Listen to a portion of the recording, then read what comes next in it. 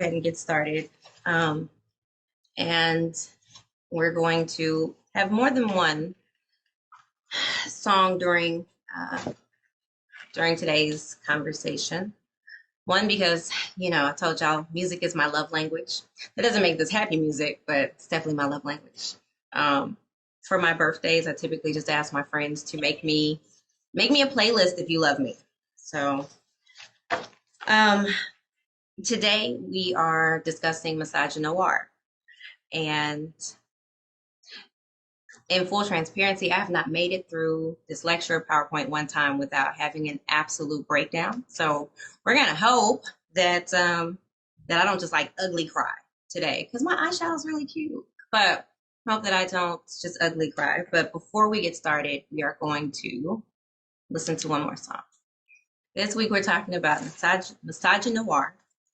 Last week we discussed patriarchy and sexism and misogyny.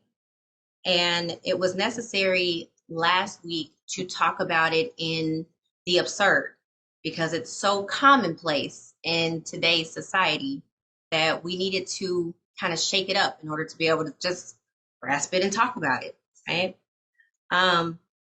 But this week, we're not going to speak about it in an absurd fashion at all. This week, I am asking you to be present in a different way. I'm asking that as we go through this conversation, that you see me singularly and collectively as a Black woman and Black women. That the information discussed is not stories of individuals that have no face. Information is me, and this is my sister, which is my best friend here in the middle. We're 5 years apart. My Cece, and my other Cece, and my best friend Aisha. This is us, whether I am speaking about 1619 or 2021. This is who I need you to see, so that you put faces with this information. But I just want us to know that as we take this journey today, that it is most certainly going to include a sea of tears and mountains of heartbreak and generations of pain. I don't think that it is false, like Mumu Fresh said, that my heart was broken before they ever cut the cord. The most disrespected person in America is the Black woman. The most unprotected person in America is the Black woman. The most neglected person in America is the Black woman. And as Muslims, the Honorable Elijah Muhammad teaches us to respect our women. Malcolm X, or El-Hajj Malik El-Shabazz, made this statement in 1963. However, in 1863, Sojourner Truth, a Black woman who was granted her freedom and was most certainly an abolitionist and a force to be reckoned with, gave a speech, Women's Convention, called Ain't I a Woman? And Ain't I a Woman was her making a play off of a phrase that had come from white abolitionists who would say, ain't I a brother? Ain't I a man? And ain't I a brother? To say that Black people are human. They too are brothers and men. And during this time when women were seeking rights in society and even focusing on how to vote and make their voices heard, and Sojourner was constantly being silenced, she then said, ain't I a woman? And gave this historic speech at the Women's Convention. We're going to talk about misogyny, which is hate specific to Black women, then it is going to be important that we do it in context with historical references and even current lived experiences. Previously, when we discussed race and anti-racism, I remember saying that if we can talk about dismantling the system of racism, but if we do not and are not specific about dismantling anti-Blackness, then it will all be for naught. And the same is true about misogyny and sexism. We do not make aggressive, intentional, and very necessary moves to dismantle misogynoir, then misogyny will persist. At the top is Kimberly Williams Crenshaw. Kimberly Williams Crenshaw is one of the most cited law professors in history, and she coined the term intersectionality. We've talked about intersectionality already, and when she originally created the term of intersectionality, it was because she wanted to discuss the implications in society of gender and race. Now, as you know, intersectionality now deals with various identities and how they intersect and are impacted, which is not only an example of how Black women's voices are erased and then recentered, but then we had Moya Bailey, who said, okay, well, let's discuss misogyny, but let's also discuss the specific hate for Black women. When we are, Moya Bailey also created the Say Her Name hashtag, the campaign that is to highlight the stories of Black women that may be forgotten or not told. But even when you think about the term microaggression, which was created by a Harvard professor named Chester Pierce, I believe, Black man, it was to focus on the racial slights that impact people who identify as Black or African American and on a daily basis. And then it too was changed. And now we typically talk about micro inequities or microaggressions, but it is no longer about its original meaning, which was simply to focus on the impact that race has in these social systems. Dr. Nadine Burke Harris, this amazing woman and wielder of Black Girl Magic, is the first Surgeon General of California. And she is a thought leader and best known for even her TED Talk on ACEs, which are adverse childhood experiences. Anybody know what those are? Not you, Jen. Okay. So, there we are. Adverse childhood experiences are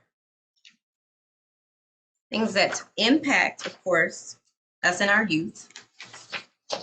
But I think it's also important to mention that she discusses how this trauma literally changes your physiology. Your DNA is literally changed by the trauma that you experience. So when I think about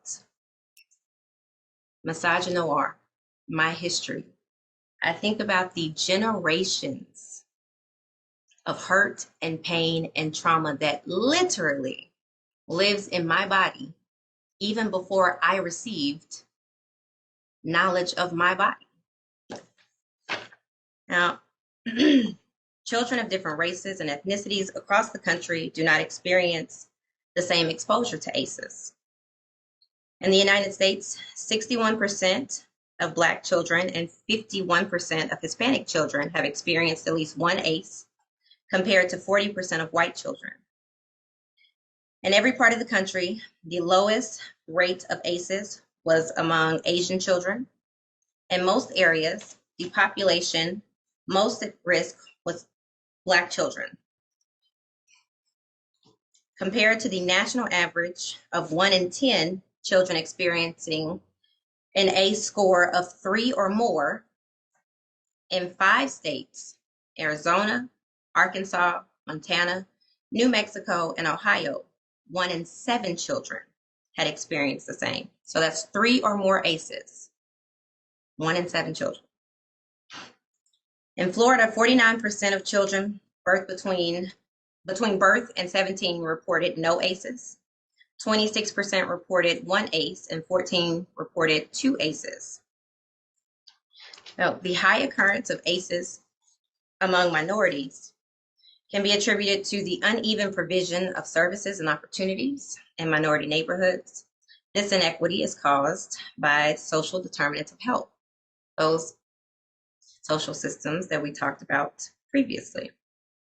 The World Health Organization describes social determinants of health as conditions in which people are born, grow, live, work, and age. These circumstances are shaped by the distribution of money, power, and resources. Things like in our own city, when we discussed the closing of 5 schools in the 12th Street corridor, the fact that there's no access to fresh produce there,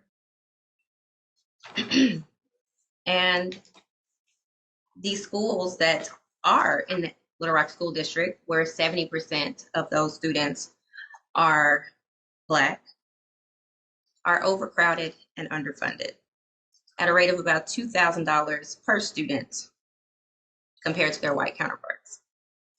Children in Arkansas are more likely to endure adverse childhood experiences, or ACEs, than children in other states. All right, so I want you to take out your piece of paper. The history of hate, the dehumanization, deconstruction, the disembodiment, and the erasure of the Black female. We're able to see the implications, past and present. Society at large has somehow done an amazing job of silencing Black women, and while simultaneously making them the center focus of hate and invisible all at the same time. Whether it is Black creators setting trends on TikTok or leading national movements for justice, Black women have collectively been the mule of society, carrying heavy loads for culture change while simultaneously being blamed and or criticized for the pace or lack of progress.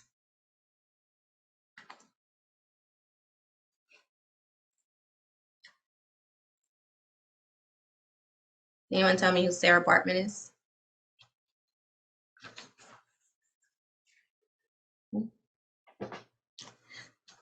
Sarah Bartman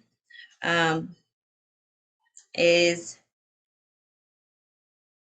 a Black woman that was labeled as the Venus Hottentot. She was born in South Africa.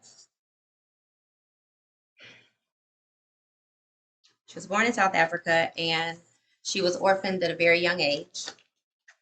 She was illiterate, and even though she was illiterate, it is said that she signed a contract, an agreement to go with 2 white men to Europe. And the reason that they carried Sarah Bartman to Europe was because of her large buttocks, her large vagina, and her wide hips. And then she was placed on display. They had shows where people could come see her large buttocks. Now, Sarah Bartman's life was one of huge hardships. She was, we believe, to be born in South Africa's Eastern Cape in 1789. Her mother died when she was 2, and her father, a cattle driver, died when she was an adolescent. She entered into domestic servitude in Cape Town, and after a Dutch colonist, murdered her partner with whom she had a child, she then, in 1810, supposedly or allegedly signed the contract with an English ship surgeon named William Dunlap, and they carried her off to be in London's Piccadilly Circus after she arrived. Now, you have to remember that this is during a time in London where they were putting the things under the dresses to make their buttocks look more large, right? This was the time where large bodies, if you will, were fashionable, and it was a desirable thing. So this Black woman with this large buttocks, which they then called the Hottentot Venus, was placed on display, and not just on display, but for the rest of her life. People simply came to look at her large bottom, and then, and not only that, she played instruments. So there was a dispute, if you will, over whether she was there by her own free will. And there was even a trial where she said that she was, that she had chosen to be there and that had not been abused, even though we do know that one of the individuals who supposedly, if you will, owned, if you can own another person, most likely forced her into the sex trade. She said that she was there by choice, and seeing as how, no, she did not have a jury of her peers, nor was there anyone in that courtroom who looked like her. What else is there to say? Upon her death, she died at 26. It's been suggested that this was a result of pneumonia, syphilis, or alcoholism, because she definitely drank heavily. I probably would have too. A naturalist named Georges Cuvier, who had danced with Bartman, made a plaster cast of her body. He preserved her skeleton, pickled her brain and genitals, and placed them in jars for display in the Paris Museum of Man. And they remained on display until 1974. So when we talk about the history of hate then and now, this woman's genitals and her skeleton were on display in a museum. After the election of Nelson Mandela in 1994 as the president of South Africa, he contacted the French government and asked that her remains, the repatriation of her remains, and that was in 1994, and it didn't happen until March 2002. It was not until March 2002 that her family or descendants of her family were able to simply lay her to rest in her home country. 192 years after she was taken. So we remember when this picture of Kim Kardashian broke the internet, right? We saw her, well, she wasn't wearing a dress. We saw her very large behind. But the original photo by the exact same photographer, his name is, what is his first name? Oh, John Paul Good. It was called The Champagne Incident. It featured of course, a nude Black model in a book called Jungle Fever. This is most certainly the over-sexualization, fetishization of Black women that we talk about, which is why this picture of Kim Kardashian isn't just a picture. It's not just art. Kim Kardashian is able to capitalize on her body and body parts that Black women are unable to do so. Black women, when also appearing nude or half naked, are seen as being hypersexualized, categorized in this trope that we'll talk about later called Jezebels. And at the heart of the criticism, it is more so that this is what was on the front cover of that book that the photographer did in 1982.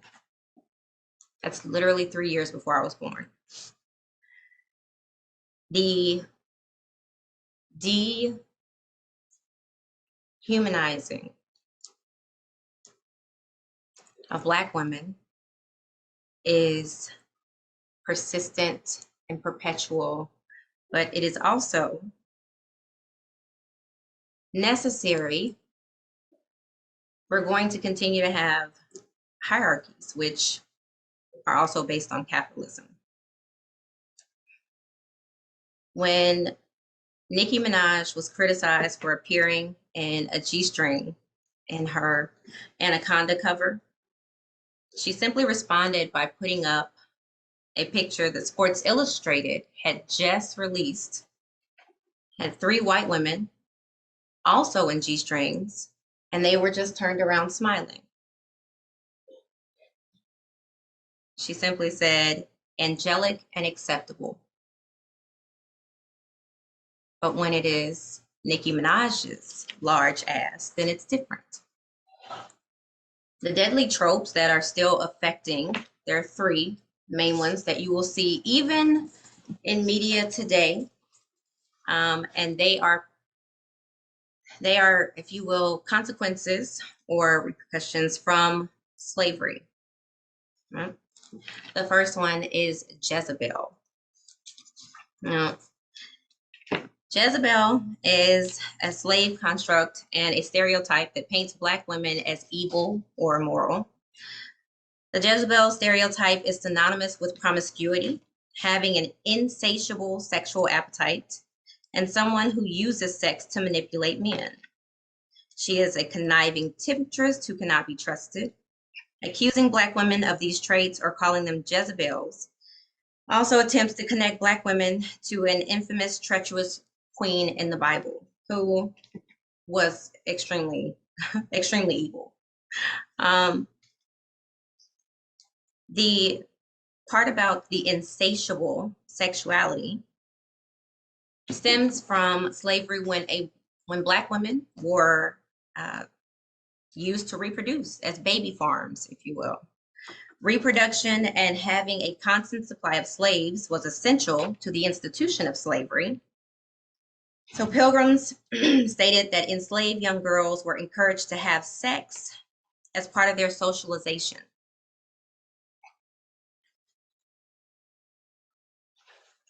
As future breeders. When young Black girls became pregnant during slavery, this was just seen as evidence of their insatiable sexual appetites, their Jezebel nature. Providing detailed accounts of enslaved women and the culture of slavery says that Jezebel stereotypes were meant to characterize Black women. Deborah Gray White writes, in every way, Jezebel was the counter image of the mid-19th century ideal of the Victorian lady. She did not lead men and children to God, and piety was foreign to her. According to West, during slavery,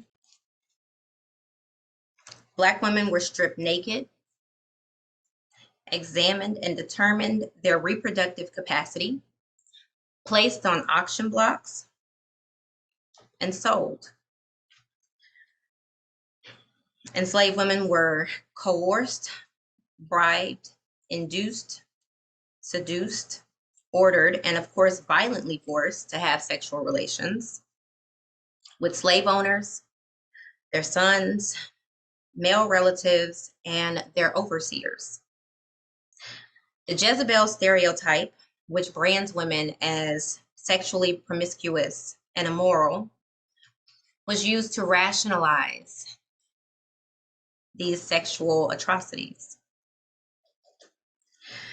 In fact, the Jezebel image is so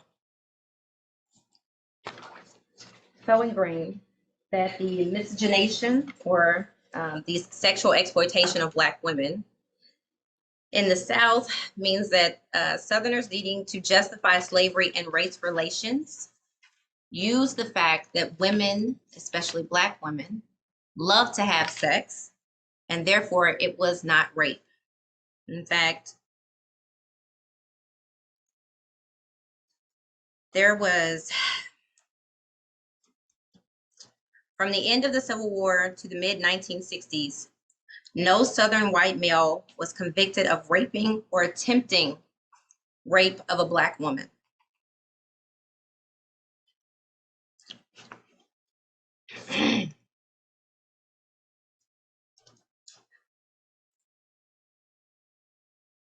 Oh,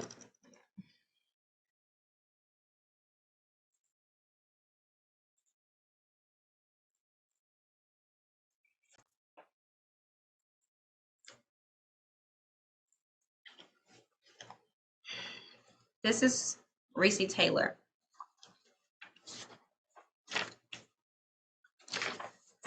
Recy Taylor, born Recy Corbett, was born in Alabama to a sharecropping family. When she was 17 years old, her mother died and she was left to take care of 6 younger siblings. As a young woman, she married Willie Guy Taylor. And in 1941, the couple welcomed their daughter, Joyce Lee. The small family lived in a rented sharecropper's cabin in the colored section of the segregated Abbeville, Alabama. When their daughter was old enough to be taken care of by friends, Recy decided that she would go back to work. At night, Recy could be sometimes found sewing or stitching on the porch with her husband. On September 3rd, 1944, however, Taylor decided to attend a special evening service at Rock Hill Holiness Church with her friend, Fanny Daniels, and her son, Wes Daniels. As the group walked home from church together, they noticed that the same car kept passing them several times. The green Chevrolet eventually stopped beside them with 7 young white men inside, all armed with guns and knives. One of them ordered Taylor and her friend to stop walking. When they did not, the man pointed a shotgun at them and forced Taylor to get into the car at gunpoint. Only 24 years old at the time, Taylor was abducted by the men and taken into the woods. She begged to be returned home to her husband and daughter, but the men threatened to kill her and leave her in the woods. The men proceeded to blindfold her, and 6 of them brutally raped her. She was then dumped out of the car on the side of the highway. She survived the attack, and she immediately found her way home.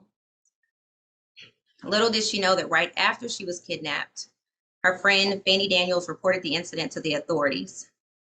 Unable to find the sheriff, Daniels found Will Cook, who was the former police chief, and Taylor's father, Benny Corbett. Cook and Corbett went searching for Taylor and eventually found her on the side of the road. Taylor bravely reported the attack to the police. She didn't know the names of her assailant, but she was able to identify the car they were in. That specific car belonged to only one person in town, and the sheriff was able to identify right away that the owner was Hugo Wilson. When the sheriff brought him back to Cook's store, Taylor identified Wilson as one of the rapists. Wilson was taken to the jailhouse and he confessed to participating in the attack, and he gave up the names of his accomplices. Wilson insisted that they be paid. Wilson insisted that because they paid her, their kidnapping and brutalization of her could not be considered rape. After his confession, the sheriff released Wilson and sent him home. And the next day, Taylor's house was set on fire. Even though Taylor reported the crime, witnesses confirmed her story, and one of the men confessed. The men were not brought to custody.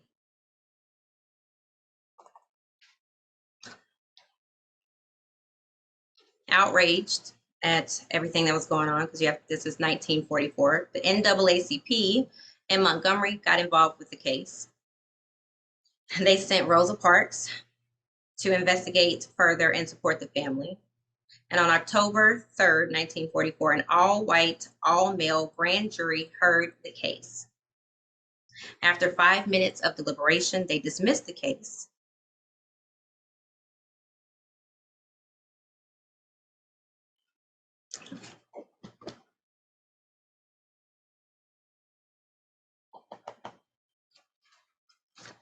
The Black community continued to rally around Recy Taylor. Voices such as W.E.B. Du Bois and Langston Hughes. And even the governor sent investigators for a second grand jury. By that time, 3 more men had confessed to raping Taylor. But again, even though they confessed, none of them were prosecuted.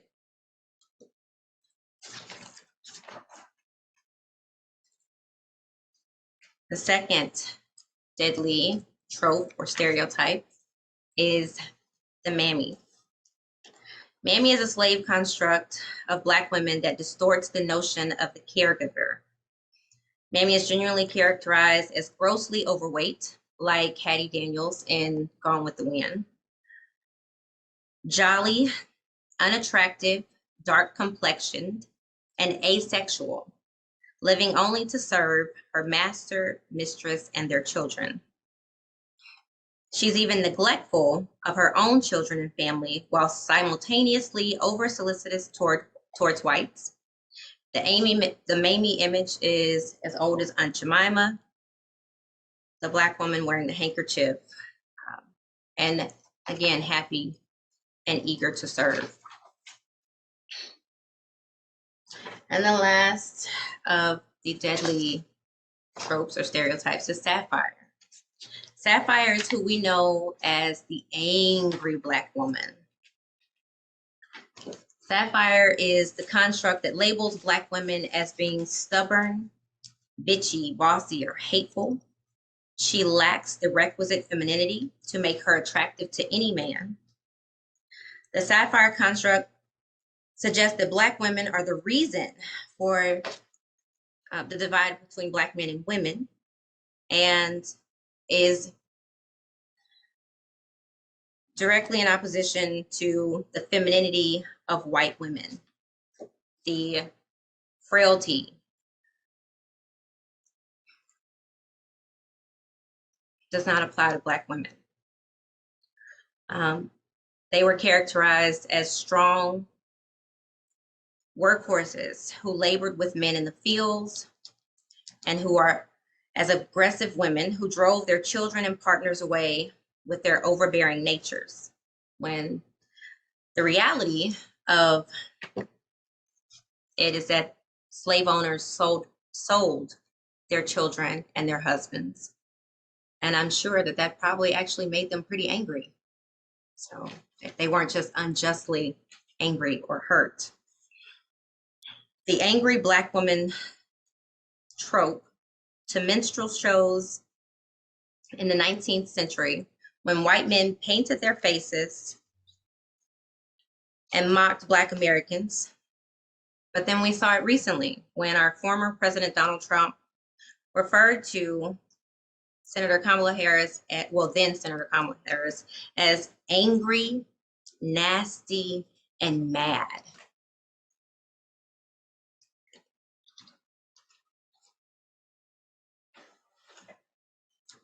He said she's probably nastier than the Pocahontas to Joe Biden.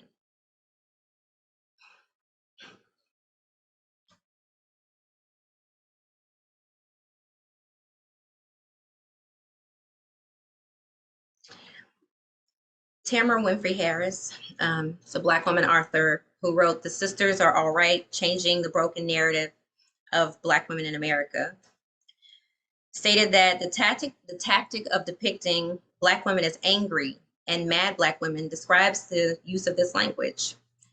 This practice dates back to slavery, and she notes that it is a bullying tactic used to intimidate Black women who use the mainstream space to try to force themselves, who enter the mainstream space and try to force them to shrink themselves, to not get blowback, or to stay silent. When Black women have, of course, every right to speak out or to swallow their anger, and to even be angry when they have good cause to be angry. Now, if you remember when Serena Williams was playing Naomi Osaka, and she felt that she was being cheated. Now, if you've been a Serena fan, then over the years, you've seen Serena unfairly targeted for things such as her cat suit that she needs for actual health reasons, because it helps the circulation of her blood, because she has deep vein thrombosis. Now, her being targeted and unable to wear certain things because of her full-figured body, to when she simply did not want to be cheated out of a match and then depicted as angry, she is being labeled as a Jezebel and Sapphire simultaneously.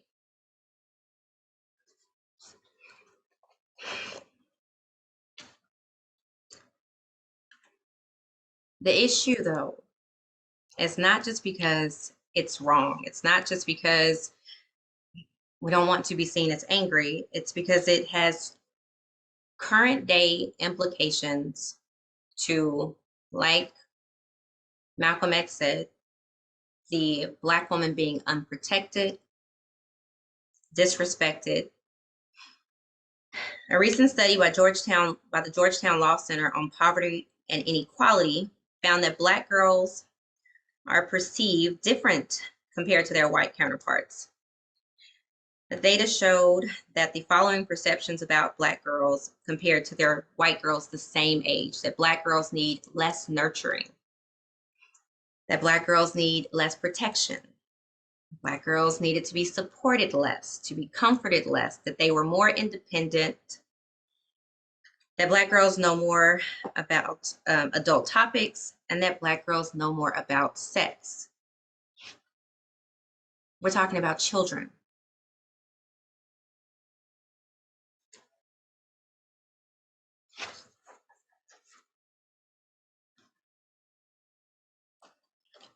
Misogynoir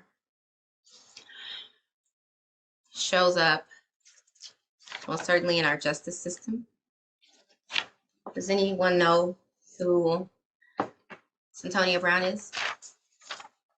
Stevie, were you saying them? I recognize her face, but I can't remember the story. Santonia Brown is,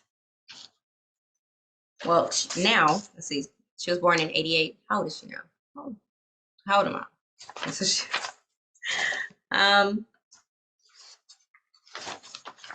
Santonia Brown is a young girl who was being sex trafficked.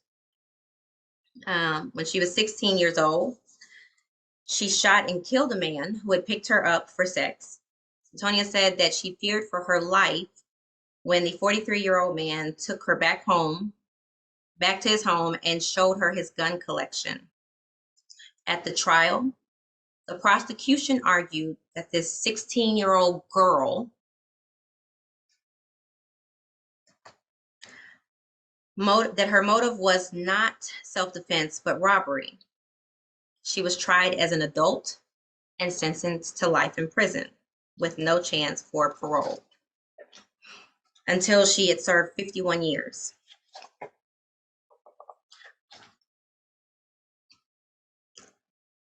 Tennessee's outgoing governor, Bill Haslam, commuted her her sentence after an extensive and national clemency campaign by local and national advocates. And she was released, but she also still served 15 years behind bars for self-defense. And again, after being tried as an adult.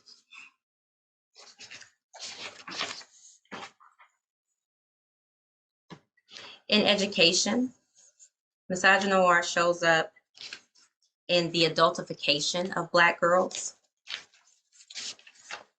in the disciplinary rates. In 2015 and 16, the U.S. Department of Education uncovers nationally that Black girls were 4 times more likely to be arrested.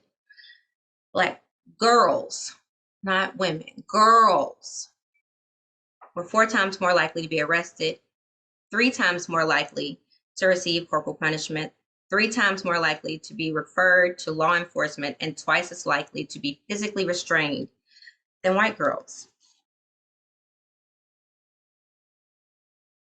In 2017, the National Women's Law Center reported that Black girls are 5.5 times more likely to be suspended from school than white girls and are likely to receive multiple suspensions than any other race or gender. It was also reported that Black girls are 6 times more likely to be expelled from schools than their white counterparts, and 2 times more likely to be expelled without educational support.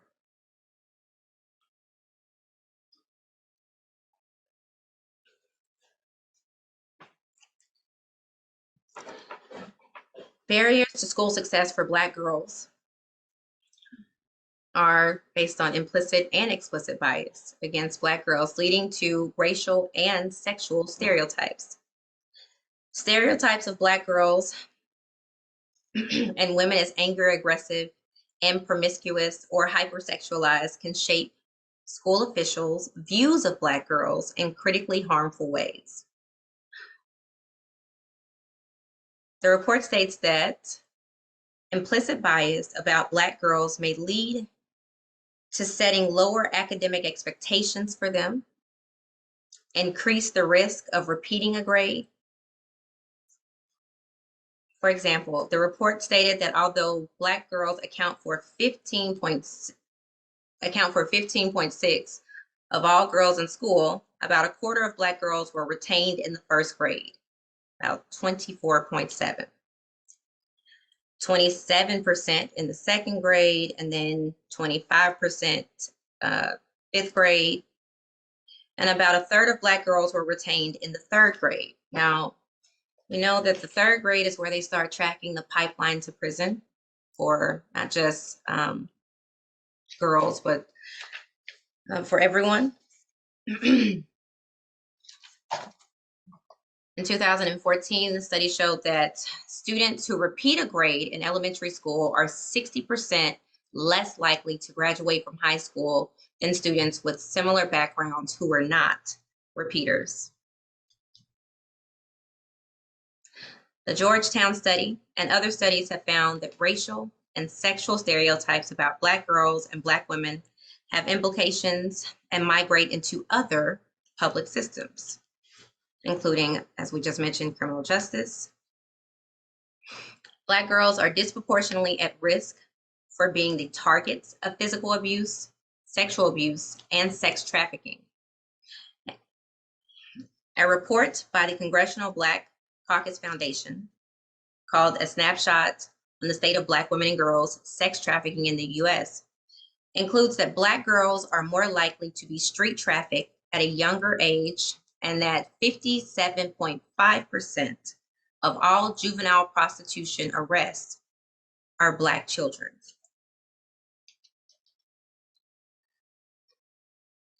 To better understand the high rates of sex trafficking among Black women and girls, research has indicated the continued sexualization of Black women and girls' bodies, which is played out since slavery, especially the Jezebel concept, and the myths around Black women and girls' hypersexuality cannot be ignored when researching sex trafficking.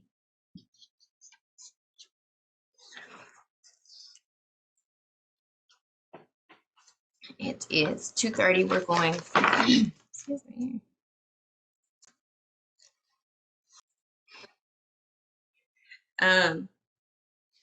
Being hypersexualized, or those same tropes that we talked about, Jezebel, Mamie, or Sapphire. So I, of course, don't want to look at anything from this very basic standpoint. So in media, I wanted to specifically look at even the industry of adult films. Huh? In 2016, in the United States, every single state where ebony, which is typically how you classify Black women in adult entertainment, every single state where ebony made the top 3 of Pornhub's search lists had anti-miscegenation laws until the Supreme Court ruling of 1967. So this was a law to define the mixing of races or sexual relations between, mixed races or marriage a felony. So when they came out with that movie Loving, I guess a few years ago, right? There was the case that defined that. So it was literally, of course, a crime to get down and dirty with anyone of a different skin color than you until 1963, when it was the Loving versus Virginia case. And this is also, again, if we're using the backdrop of Black women never being satiated as it relates to their hypersexuality, and even the lack of crime, or the lack of consequences that come from raping Black women, that even if you voluntarily were to have sex with someone outside of your race, this was illegal. And in those same states that didn't remove the law until 1967, in 2016, this is where you found a concentrated search for ebony in Pornhub's search history, which still speaks to the hypersexualization, the fetishization, and the devaluing of Black women other than the sum of their parts, making them something as exotic or to be desired only sexually. Cohen and Campbell examined 54 rental videos with Black and white performers. They found that interracial combinations yielded more aggressive acts than homogenous ones. White men performed more acts of aggression against Black women in these videos. It also looked at Black and white performers in several video cassettes, because that is video cassettes, finding that Black women experience more aggression from both Black and white men than was the case for white women. That the latter experienced the least amount of aggression when paired with a Black man. And they examined over 100 internet videos appearing in the Asian category, and they found that these videos included a lower number of aggressive acts compared with videos of their other counterparts. Additionally, the metadata plays a part in even the success of Black adult film actresses. The labeling or tags. Black women are typically labeled strictly by their race, like ebony or other such things, whereas their white and Asian counterparts are able to be labeled by body parts like big boobs or other things of that nature. Additionally, Black women are typically cast specifically for their race, for the videos, as we said, with the more aggressive acts and or the interracial, which, fun fact, came from a Black man who opened the first Black porn studio, I guess, in like the 1970s, and he had the first he hired a white actress for his first film. And ever since then, interracial has typically been related to what, black man and a white woman, and that is all from that first video in the 1970s. And some of y'all are like, I know that. I studied porn in school. No. I was like, okay.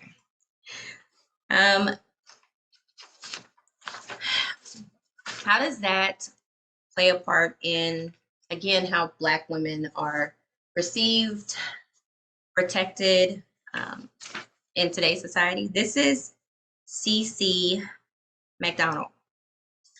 C.C. McDonald is a Black trans woman, a Black trans and non-binary, Black trans woman who, on the night of 2011, C.C. and her friends were confronted by a group of white men and women who hurled transphobic and racist insults at them. An altercation ensued, and in self-defense, C.C. accidentally stabbed one of her attackers in the chest. Despite facing multiple attackers, C.C. was the only person arrested that day. She later accepted a guilty plea and was sentenced to 41 months in a Minnesota men's prison. And after a nationwide defense campaign, C.C. was released 19 months into her sentence. But the story of C.C. is just another illustration of the intersectionality as it relates to oppression. It's not only being Black woman, but also trans. So the misogynoir, and the thing is, misogynoir affects individuals even if those individuals themselves may not identify as Black. What we saw earlier this year as it relates to Harry and Meghan, right? Meghan did not just receive hates because she was a woman. It was specifically misogynoir that affected Meghan Markle or the Duchess, whether it is the lack of wanting to, give her a title, give her child the title.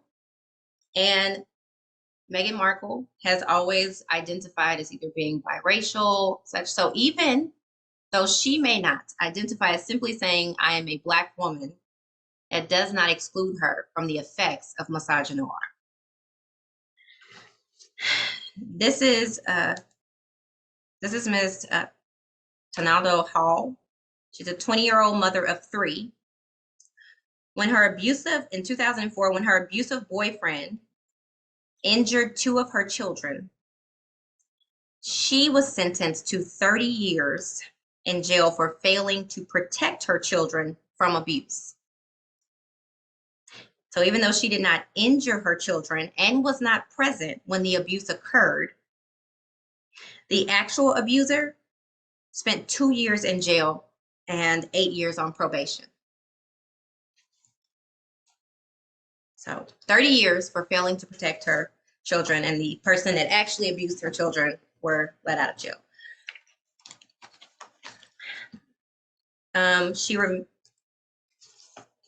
The ACLU of Oklahoma has sought post-conviction relief, but she remains behind bars 15 years later. So,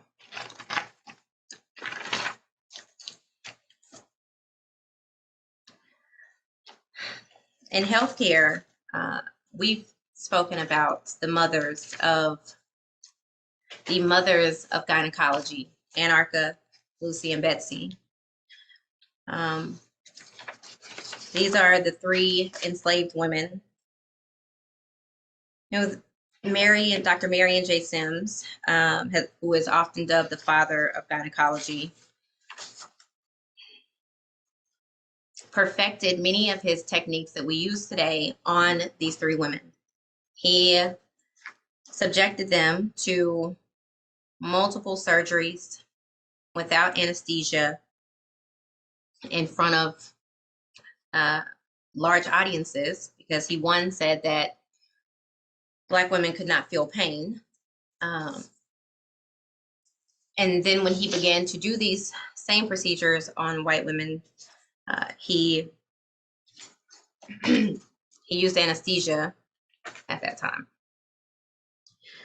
However, misogynoir in healthcare is as present today as it was during the time of Anarcha Betsy and Lucy. We talked about the rates of maternal-related complications, especially in Arkansas. Black women die at a rate of about 4 to 1 of their white counterparts for maternal-related complications. And this is when they exclude for every other variable, socioeconomic status and education and you name it.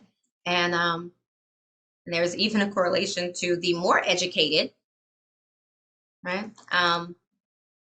The more likely they are to die. Now, when we put that again, the backdrops of the tropes, how dare you, Black woman, be educated? How dare you understand? In 2020, I think her name was Dr. Helen Wright, Dr. Rice, Black woman who went in for COVID. She had been treating patients for COVID. She then contracted COVID. She went live on Facebook about how she was being treated as a patient. They sent her home, told her she would be fine. She went to a second hospital, and then she later died. Now, it would be one thing to say, you know, that was a coincidence and that, you know, that was a singular event, but we have more than enough evidence to extrapolate that had she been a white doctor, that outcome would have been vastly different. We've discussed previously about Henrietta Lacks. We are still using Henrietta Lacks cells without her permission. She's a Black woman who her cells have helped us do everything from cure polio to, you know, vaccines that we are still finding cures for things today. And as it relates to justice in her family, they still have not received a dime for all that their mother's cells are doing for humanity today.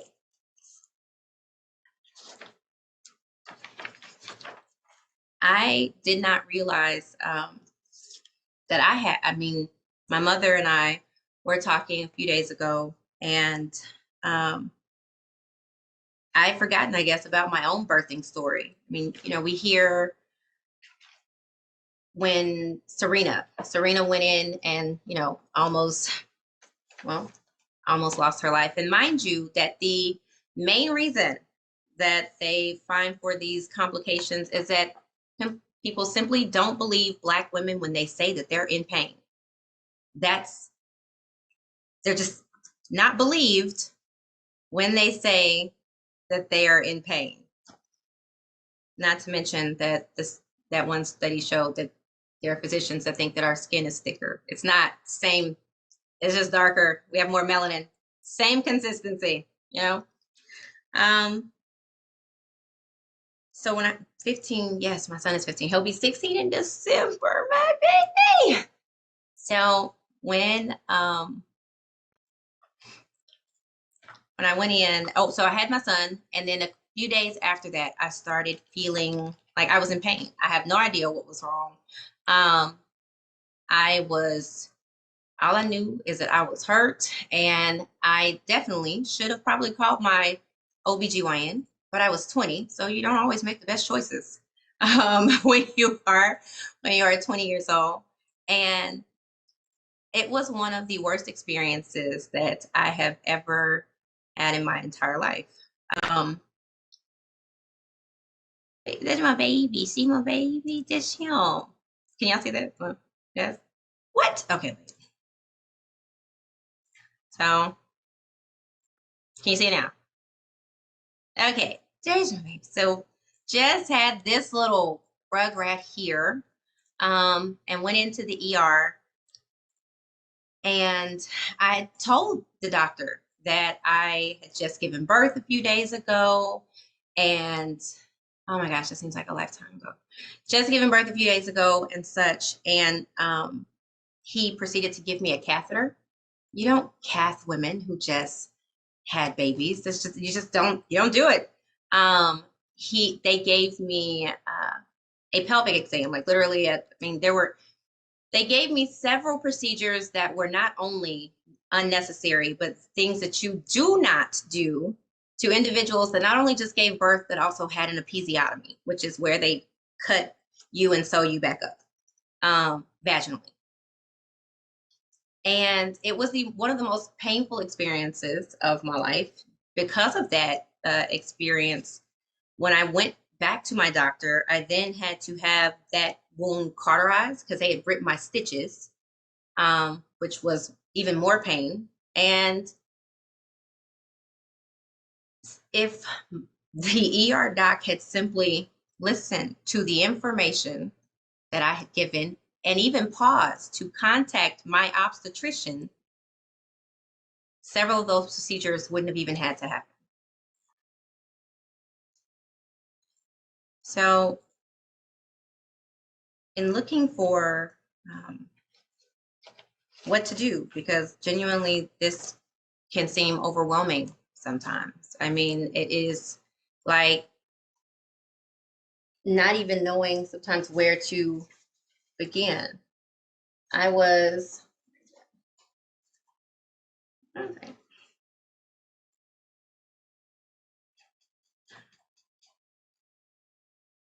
As it relates to even the protection of Black women in society, and how do we bring these things to the forefront? We already have things such as say her name hashtag that, things like the Sandra Bland and Breonna Taylor for me, or Atiana Jackson, who was sitting in her home playing games with her nephew. She was killed by police while in her home playing games with her nephew.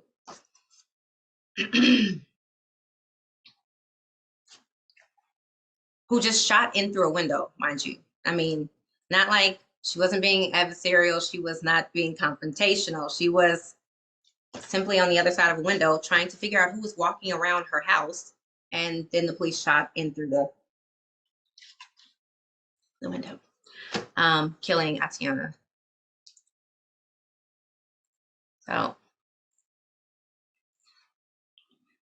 I wanted to do something that I don't know, that something where I could feel as though I was trying to move that needle a little bit, and I came up with Miss Her Magic. We talk a lot about Black girl magic, and you know what? When all the cards are stacked against you and you still find a way to achieve, well, damn it, I'm going with Black girl magic. But there is so much magic that is no longer here, whether due to hate, being killed by law enforcement. Third leading cause of death for Black women, I believe, is domestic abuse. Since 2015, Black women have accounted for less than 1% of all the overall fatal shootings in cases where races were known. But within this small subset, Black women, who make up 13% of the female population, account for 20% of the women shot and killed, and 28% of the unarmed deaths. Now, how much of the sapphire, angry, confrontational, strong trope plays a part in how law enforcement sees and deals with Black women when they encounter them on a daily basis? Since the Washington Post began tracking fatal shootings by police in 2015, officers have fatally shot 247 women. I don't know. Wait, that number has gone up now. Excuse me. Out of more than 5,600 people killed overall. Miss Her Magic is a social justice initiative that I launched last year and will launch again this year, but it is essentially a vow of silence. It is acknowledging that Black women are fatally shot at higher rates than women of other races.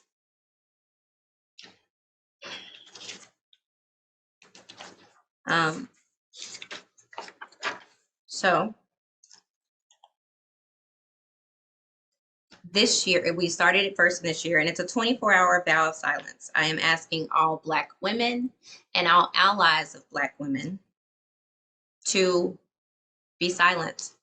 And it starts on March 13th, because that is the day that Breonna Taylor was murdered. Breonna Taylor murdered in her home, in her pajamas, at night, because the police were there to arrest someone, and that was not in her home.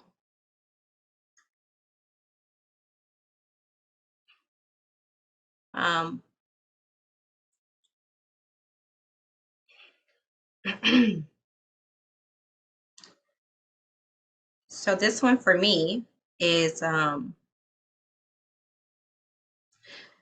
it's difficult because, like, Sandra Bland was in her car, and Tiana Jackson was playing with her nephew, and Breonna was just sleeping, just in her home,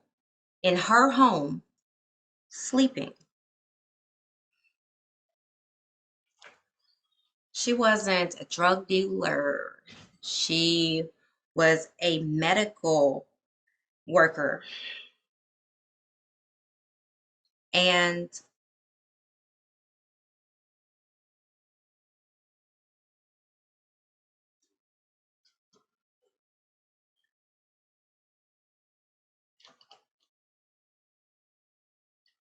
in a botched raid by the police, she was murdered. This wasn't a death. This is murder. And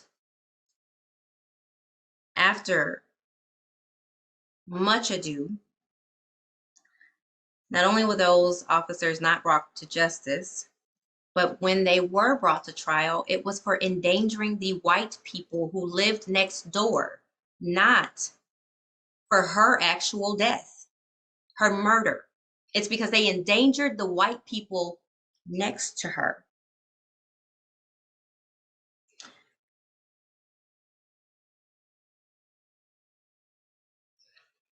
It was midnight.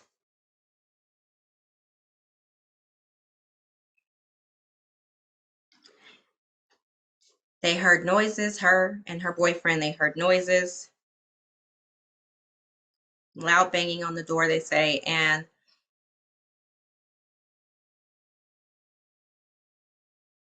the police then broke the door off of its hinges. Not knowing it was the police, her boyfriend fired his weapon because he didn't know who was coming through his front door, in this whole right to bear arms country, this one, the right to bear arms place. At which time the police responded by firing several shots, and Breonna was struck 5 times. They shot 10 rounds blindly into her apartment.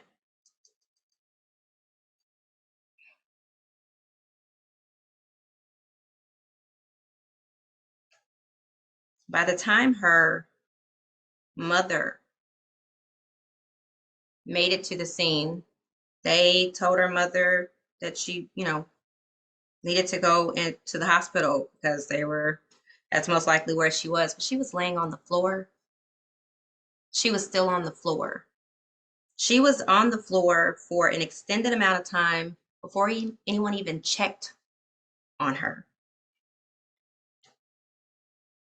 Now, she most likely died less than a minute after she was shot, and she couldn't have been saved.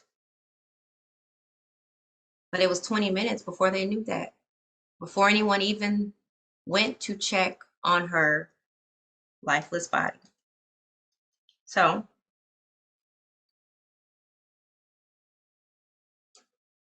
Miss Her Magic. I contacted Brianna's mother.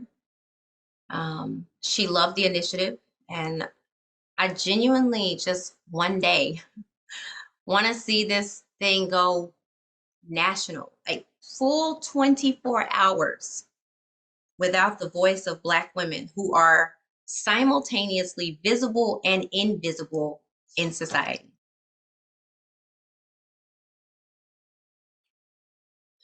What if on that day I didn't show up to class because it's my voice? So you wouldn't have a professor. How many offices wouldn't have a leader? I mean, hell, the VP just doesn't show up to work and says nothing. The contributions that Black women have made since the beginning of history. We acknowledge that life started in Africa. The first royalty we see was not Elizabeth. All right, African queens. There are matriarchal societies in Africa.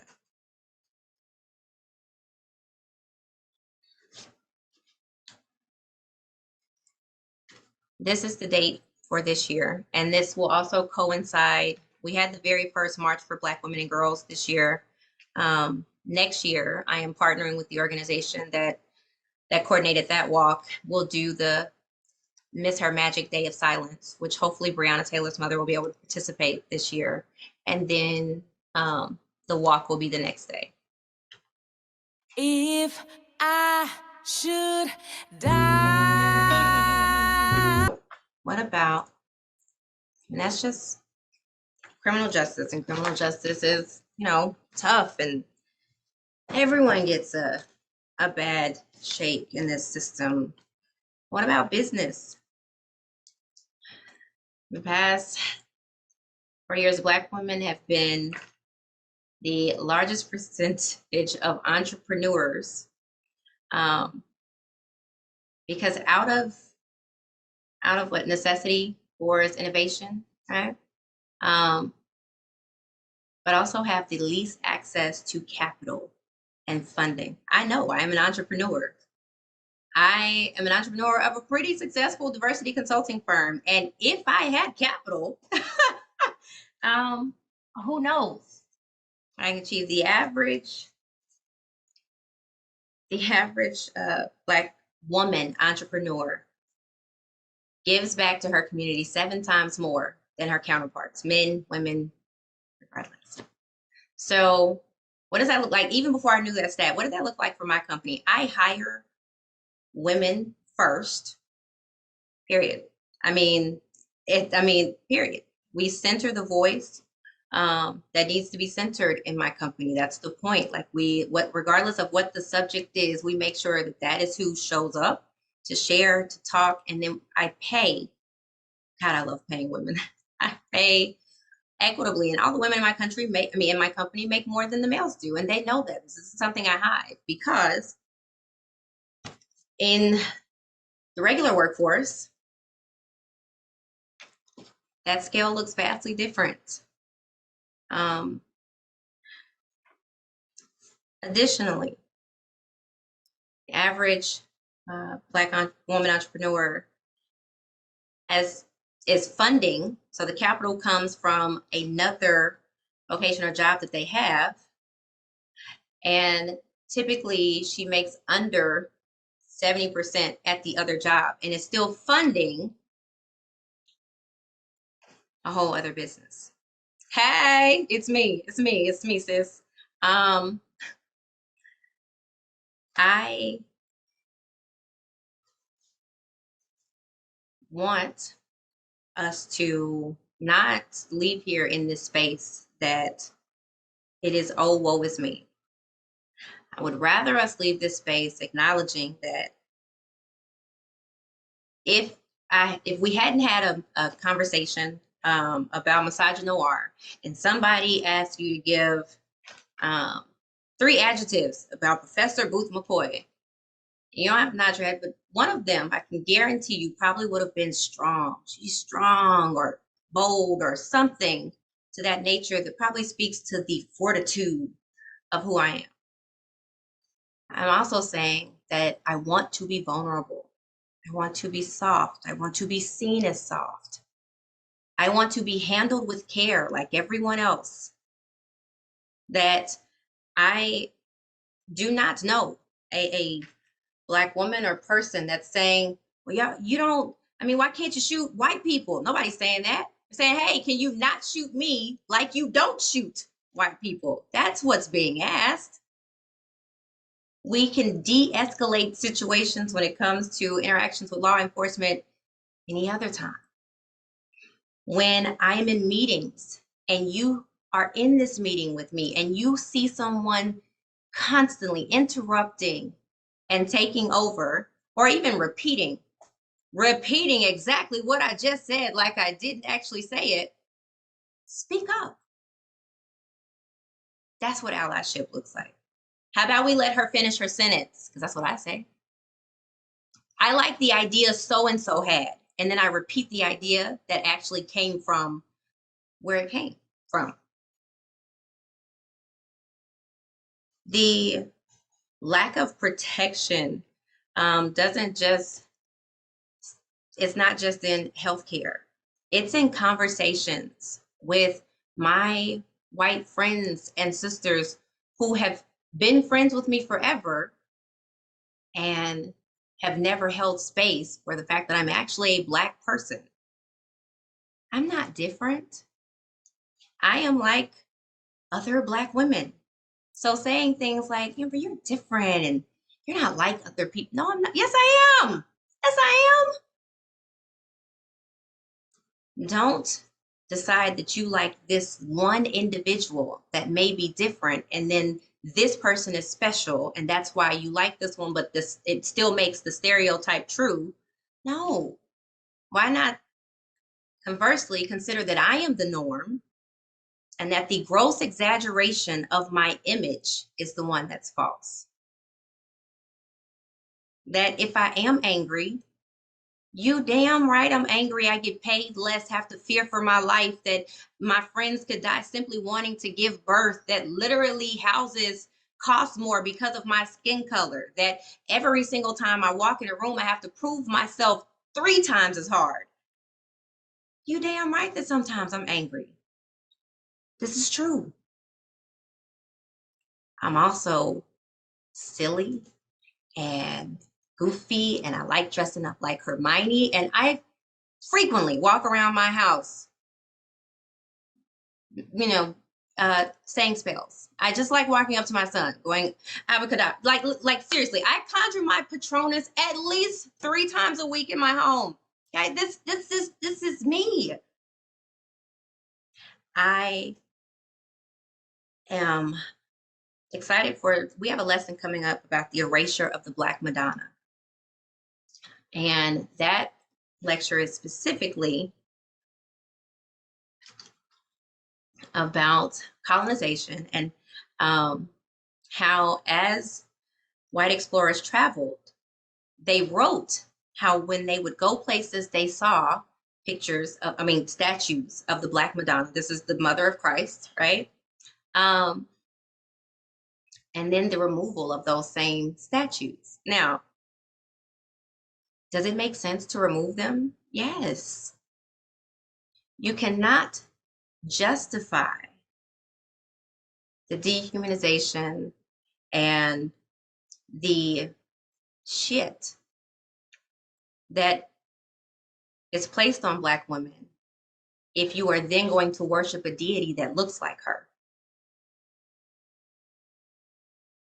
I am not Christian, but I grew up Christian, and the book literally said that he had bronze feet and hair like steel wool. Haley, is your hair like steel wool? Have you seen? No? Okay, cool, cool, cool. I mean, is your hair like steel wool? No? I tell you, this 4C curl pattern here, though, Now, if if I looked like the mother of Christ, could you then rape me at will? Right? That would then be almost sacrilegious, right? Like Black women's proximity to power and privilege has not moved 1 inch since the rise of white supremacy and colonization. Asian women have the model minority. They get to inch a little closer. Hispanic women be labeled as some spicy, which is how you identify food. That's really not okay.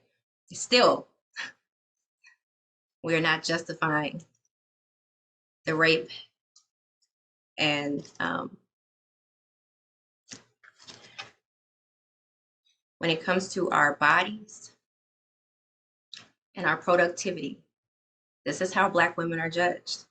Simone Biles said, I am going to value myself and I'm not going to compete because of my health.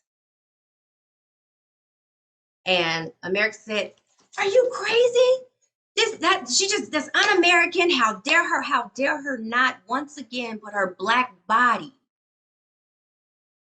on the line to make America shine so she could then come back to America and fear for her life. How dare her? When Naomi Osaka, this Black and Japanese woman, said, I'm going to value my mental health, she was ridiculed and she was demonized for placing herself first. When Black women are only going to be judged by their productivity and what they're able to give, it is no different than enslaving them in a system where they don't have autonomy over their body, their work product, or even the access to those basic rights that we call life, liberty, and the pursuit of happiness. There are studies that show that Black women, even when in domestic abuse relationships, don't report it the same as their white counterparts or even other women of other ethnicities because they fear the escalation and that the Black male could be killed from the interaction with the police. They, once again, don't prioritize their own safety because of the situation and the society that says, hey, you could call the police, but one or both of y'all could die. No one. This whole idea of Karens. No one is saying, oh my gosh, people should not call the police when they are in danger. No one.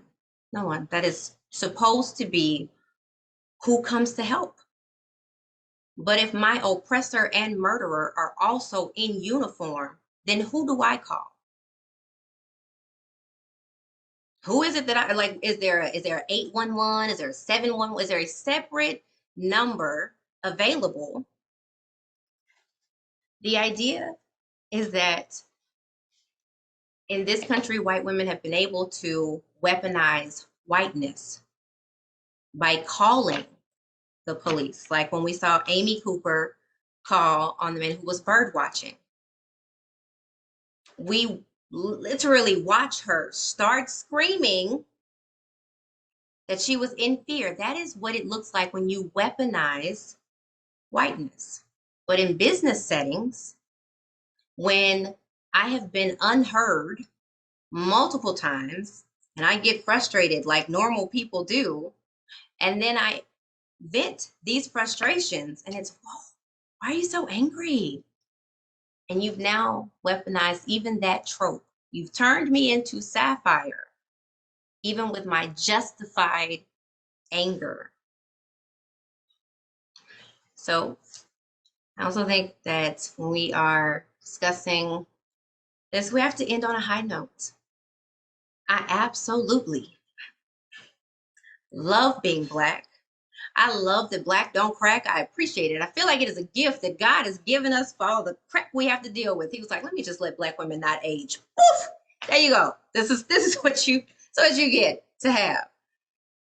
I love that I am expected to show up as it relates to civil rights. I love that.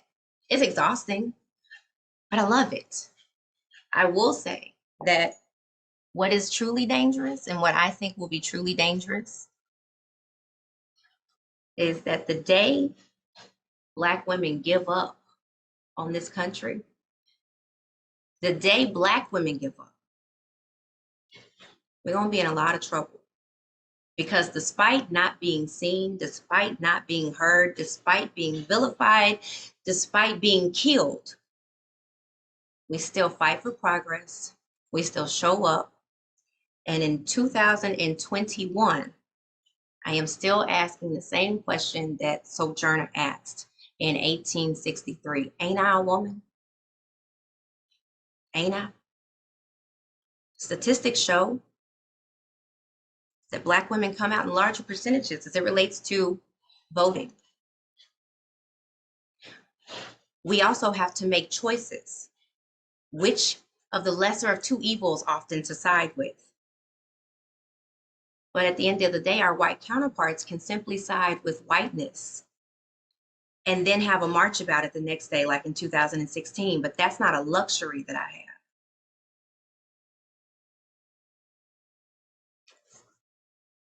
Being a co-conspirator and an ally means that you do the work. If I put a list of the top 10 countries where the most rapes, you know what they look like? They do. They look like me. They're not all in Africa. Some are in South America. They're still definitely Black women, Afro-Latino women, Nigerian women. The issue that I'm talking about is not just in America. Sarah Bartman, the Hottentot Venus, she was on display even after Europe banned the slave trade. The inconsistencies in messaging given to people who identify as Black women is something that has happened for a very, very long time. You typically get more time for animal abuse than you do raping a Black woman. And that's still with only, 3% of rape cases actually going to trial. So I encourage you to continue doing your work. Start questioning narratives. Start unpacking exteriors. And the next time you see an angry Black woman, just assume she might have a right to be angry. Just might. If we're going to do things differently, it's going to mean passing the microphone. Steve and I were having a talk, I think, at the beginning of the semester, and just trying to, figure the problems of the world out. We're going to do this after class. We're just going to figure out the problems of the world. And sometimes problems seem really, really large, right? And so it's kind of like how if you're standing up, you can't see everything, but if you lay on the ground, the room looks different, right? Different perspective. If we're gonna fix problems, you should probably speak to the person that's laying on the ground, who's been tied to the ground, who's being raped on the same ground, and then who's still expected to get up, achieve more than, educate, advise. Please tell us more. Please cut yourself open continually so that I'm able to learn and grow. That's what society asks of Black women. And then when you get tired of doing such, you are then demonized, villainized, and ostracized. And then we still show up. But no one wants to keep showing up alone. The next time You have the time, the space to amplify a voice that's not your own, do so. Start sharing things on your Facebook, positive, positive images of women. The same way we talked about misogyny, and it says the first woman to this, and that, and it should say the first woman men allowed, because if that's where the power is. If you're seeing things that are saying the first Black woman, this, assume, one, that she has been through hell. Let's not add to it. Let's not add to it. If you haven't questioned the qualifications of every white male or white woman that you came into the space with, then why are we trying to see if someone got this job because they were Black? Because I can promise you, getting a job because you are white is a thing on a daily basis, especially where I work. That doesn't make it okay. But even if this person got this job because they were Black, it still is a drop in the bucket of equity in the grand scheme of things. We're talking about the diaspora. Black women, Afro-Latina women are never Latina enough. They're never Afro enough. There is always an issue with simply just being and existing. These are the things that we're trying to dismantle. All of the issues that we have talked about, you can't dismantle racism without dismantling anti-Blackness. You can't dismantle sexism and patriarchy and misogyny without dismantling misogynoir. Start calling out the tropes that you see. They're still on TV today. Those three little boxes. Is she a Mamie? Is she Sapphire? Or is she Jezebel? Start looking for them. Noticing how much this is reinforced when we talked about implicit bias and associations. Notice when you see that, I think it was J-Lo and Iggy Azalea did a cover about big butts and such. But even if I had put my mildly round butts on there, it would not be viewed the same. Let's stop making double standards. Let's include Black women and Black trans women in feminism. The need or the idea of the damsel in distress even. Sometimes I want to be a damsel in distress. I am not strong or hard because I want to be. It is necessary. It is that I have to be.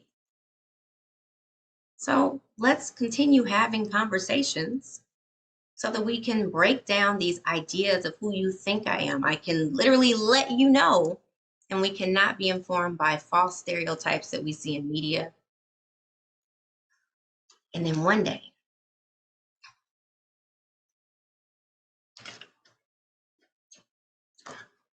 day I won't pause, hesitate, think twice, sleep on it if I actually need protection and want to call the police. Let's not just riot in the streets because George Floyd, someone sat on his neck. This is murder. Yes. Ahmaud Arbery. Yes, he was murdered. So was Sandra Bland, Atiana Jackson, and we don't riot in the street when Black women are murdered. It's sad. It's sad that that happened to Breonna, but it's not the same. Let me think.